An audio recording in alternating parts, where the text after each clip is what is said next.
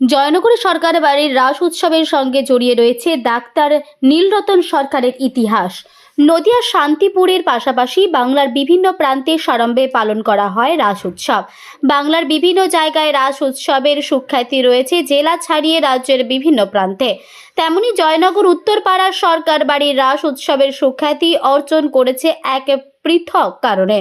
দক্ষিণ চব্বিশ পরগনার জয়নগর এলাকায় সরকার বাড়ির রাস উৎসবের সঙ্গে জড়িয়ে রয়েছে ডাক্তার নীলরতন সরকারের নাম।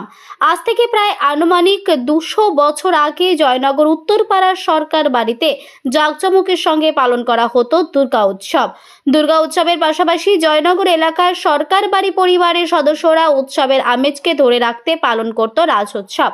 জয়নগরের এই সরকার বাড়ির রাস উৎসব অতীতের জৌলুস হারিয়েছে, কিন্তু প্রাচীন প্রথা মেনে এখনো পালন করা হয় জয়নগর সরকার বাড়ির রাস উৎসব। শুক্রবার রাস পূর্ণিমার পুণ্য লগ্নে রাস উৎসবের মাতবে গোটা বাংলার পাশাপাশি জয়নগরের সরকার বাড়িতেও সাড়ম্বরে পালন করা হবে রাস উৎসব। কথিত রয়েছে আজ থেকে আনুমানিক প্রায় 200 বছর আগে দক্ষিণ চব্বিশ পরগনার জয়নগর এলাকায় স্বর্গীয় গোপালচন্দ্র সরকারের হাত ধরেই জয়নগরের সরকার বাড়িতে রাস উৎসবের শুভ সূচনা হয়। জয়নগর উত্তরপাড়ার সরকার বাড়ি এক বর্তমান বংশধর আপনি। এই যে রাসযাত্রাটা হয় জয়নগর প্রাচীন, যে 200 বছরের প্রাচীন রাসযাত্রা, কেমনভাবে চলে আসছে? আগের কি অবস্থা ছিল আর এখন কি অবস্থায় আছে? আগে আগে এই আমরা যা দেখেছি, এখানে বড় বড় যাত্রা দল আসতো, তিরাত্রি যাত্রা হতো, মানে হাওড়া নদীর নিমাই, শিকদার বাগানের নদিয়া বিনোদ বা পূর্ণদাস বাউল, উনিও দুবার এখানে এসে এইখানেই উনি গান গিয়েছেন। রতিন ঘোষের আসবার কথা ছিল এবং বিভিন্ন লোকরঞ্জন শাখাও এখানে অনেক নাটক থিয়েটার। এবার আগের তুলনায় কি বর্তমানে কি অনেকখানি ফিকে হয়ে গেছে বলে মনে হয়? না, আগে অতীত দিনে আমরা যা দেখেছি তখন তো লাইট ছিল না। এই রাস আমরা দেখেছি হ্যাসাক লাইট হারিকেন জেলে হতো, তখন ইলেকট্রিক আসেনি। তারপর ইলেকট্রিক ট্রেনে এসে যখন এলো। মানে আপনি কত বছর ধরে দেখে আমি আসছেন? 75 বছর উপর দেখছি।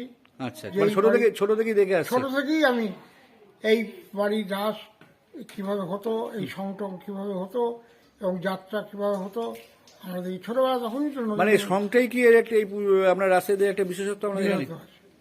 এইটি হচ্ছে আমাদের রাসের প্রধান আকর্ষণ। এটাই প্রদর্শনী করা হয়। এইটি চলছে এখনো, আমরা চালিয়ে যাচ্ছি, জানি না কতদিন চালাতে পারবো, সরকারের কোনো সাহায্য নেই। কে প্রতিষ্ঠা করেছিল? কে প্রতিষ্ঠা করেছিল এটা আপনার? এটা গোপালচন্দ্র সরকার, স্বর্গীয় গোপালচন্দ্র সরকার, তার পুত্র সতীশচন্দ্র সরকার, তারাই এটা প্রতিষ্ঠা করেন। এবং আগেকার বহু মানে ওটো যারা ঠাকুর তৈরি করতো তারা বাড়িতে থাকতো, খাওয়া দাওয়া করতো এবং তৈরি করতো। এখন বর্তমান যারা এটা চালিয়ে যাওয়া হচ্ছে বটে, স্থানীয় ওটো সেই তৈরি করছে এই পুতুলগুলো। প্রায় 100-র ওপর পুতুল আছে। আচ্ছা, প্রতি বছর নতুন নতুন পুতুল হয় এবং এইভাবে আমরা চালিয়ে যাচ্ছি। বর্তমানে এই এলাকার মানুষ কিভাবে এগিয়ে কিভাবে আসছে আপনার? আগে আমাদের এই পাড়ার মানুষ, মানে বৃদ্ধ বয়োজ্যেষ্ঠ মানুষরা খুব এগিয়ে আসতেন, সাহায্য করতেন যাতে এটা বন্ধ না হয়ে যায়। কিন্তু বর্তমানে আমরা কোনো মানুষকে আর দেখতে পাই না যে এটা চালু থাক, তারা যে যার নিজের নিয়ে ব্যস্ত। এটা আমরা এখনো চালু করে যাচ্ছি, জানি না ভবিষ্যতে কী হবে। বুঝেছেন? আপনার নাম? আমার নাম শৈলেন্দ্রনাথ সরকার। আমার আরও ভাই। সরকার বাড়ির এই যে প্রাচীন যে রাস যাত্রা আপনি কত বছর ধরে দেখে আসছেন? আমি জয়নগরে এসেছি 94 সাল থেকে একভাবে দেখে আসছি। মানে আজকের আপনার 30 বছর ধরে দেখে আসছেন? তার আগেও আসতাম জয়নগর থেকে, বুড়ো থেকে। আচ্ছা, তা কেমন লাগছে? ভালো লাগে। আগে এখানে মানুষরা যাত্রা ঘরে লোকেরা এই যাত্রার কথা করতো, দীর্ঘদিন যাবত বন্ধ হয়ে আছে। পাড়ার লোকেরা যদি একটু উৎসাহ দেয় তাহলে আর ভালো হয়, পাড়ার লোকেরা কোনো উৎসাহ দেয় না। এবারে মানে আমি যে দেখে আসছেন আগের তুলনায় আস্তে আস্তে কি এটা একটু ফিকে হয়ে যাচ্ছে? আস্তে আস্তে নিম্ন ধরনের হচ্ছে আস্তে। মানে চাইছেন কি? তাই যদি একটু আরো ভালোভাবে সব মানে পরিচালনা করুক, সকল মিলে এগিয়ে আসুক, একটা জিনিস আর ভালো দেখতে লাগুক, প্রাচীন লোক সংস্কৃতিকে ফিরে আসুক, সেটাই চাই। আমার নাম? আমার নাম আশিস চ্যাটার্জি।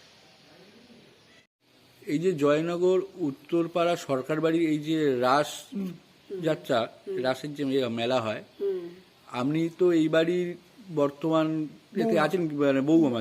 হ্যাঁ, বৌমা। কত বছর ধরে আপনি এটা দেখে আসছেন? 40 বছর। আচ্ছা, এবার জাঁকজমক কি আগে যেভাবে হতো সেটা কিছুটা হলেও কি ফিকে হয়ে গিয়েছে? মোটামুটি আছে, আগে আরো বেশি ছিল। আগে যাত্রা হতো। আরো আগে যেমন ওই 3 দিন 4 দিন ধরে যাত্রা হতো।